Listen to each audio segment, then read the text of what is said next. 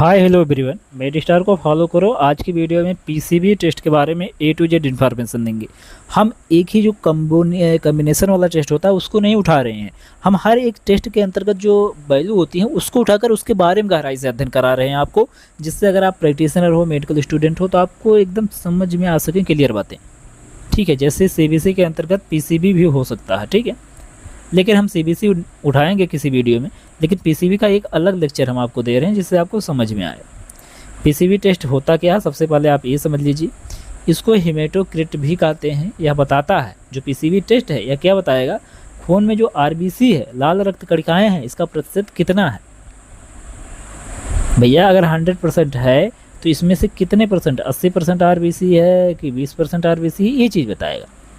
ठीक है, मतलब जो आपका खून है उसमें कितने हिस्से में आरबीसी उपलब्ध हैं। ओके, पीसीबी क्यों किया जाता है, एनीमिया का पता लगाने के लिए। भैया पीसीबी अगर कम आएगा, जाहिर सी बात है उसके बॉडी में आरबीसी का परसेंटेज कम है, तो इसका मतलब खून की कमी है।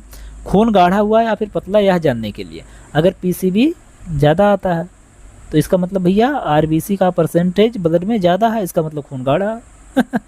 इतनी अच्छी बातें मैं बता दिया कि जो दुनिया में कोई बताएगा नहीं। ओके, डिहाइड्रेशन का पता लगाने के लिए, भैया जब बॉडी डिहाइड्रेट होगी, ब्लड से पानी कम होगा तो आरबीसी बढ़ेगी, मतलब आरबीसी का परसेंटेज बढ़ेगा तो पीसीबी बढ़ा हुआ मिलेगा। ये भी चीज़ें होती हैं। पॉलीसिथेमिया, आरबीसी ज़्यादा होना, ब्लड लॉस, खून बहना। ठीक है, ओके। कैसे नापा जाता है भैया, एक छोटी सी मात्रा ली जाती है खून की, उसे मशीन ऑटो एनालाइजर से नापा जाता है या फिर माइक्रो हेमेटोक्रिट ट्यूब से नापा जाता है। एक लंबी सी ट्यूब होती है, परिणाम परसेंटेज में आता है। ठीक है, नॉर्मल रेंज भैया पढ़ लीजिए, याद कर लीजिए। पुरुष में 40 से 54% जो है पीसीबी होना चाहिए, महिला में इतना होना चाहिए, बच्ची में 30 से 43 होना चाहिए। रेंज लैब के अनुसार थोड़ा बदल सकती है। क्लियर हो रही बातें। पीसीबी अगर कम है तो इसका मतलब आयरन की कमी से एनीमिया है। भैया अगर किसी भी व्यक्ति का आप सीबीसी करवाते हैं उसमें पीसीबी डाउन आया है, इसका मतलब उसको एनीमिया हो सकता है। और वो क्या है, जो एनीमिया हुई है उसको आयरन की कमी से हुई। ओके, विटामिन B12 या फिर फोलिक एसिड की कमी, ब्लड लॉस, किडनी रोग, बोन मैरो की प्रॉब्लम। भैया बोन मैरो जो आपका है आरबीसी बना ही नहीं रहा हो तो दिक्कत तो होगी ही होगी। क्रोनिक डिसीज जैसे टीबी हुआ, कैंसर हुआ, इसमें पीसीबी घट जाता है। गर्भावस्था में हल्का कम होना सामान्य है। कम होने पर क्या लक्षण दिखेगा, कमजोरी, चक्कर, थकान, सांस फूलना, दिल की धड़कन तेज होना, रंग पीला पड़ना। ये सब लक्षण दिख रहे हैं तो समझ सकते हैं कि भैया कहीं ना कहीं पीसीबी डाउन है। और पीसीबी डाउन है तो कहीं ना कहीं जो है आयरन की कमी से, फोलिक एसिड की कमी से इसको एनीमिया है कहीं ना कहीं। इसको आपको दिमाग में सोचना है। ठीक है, ठीक है।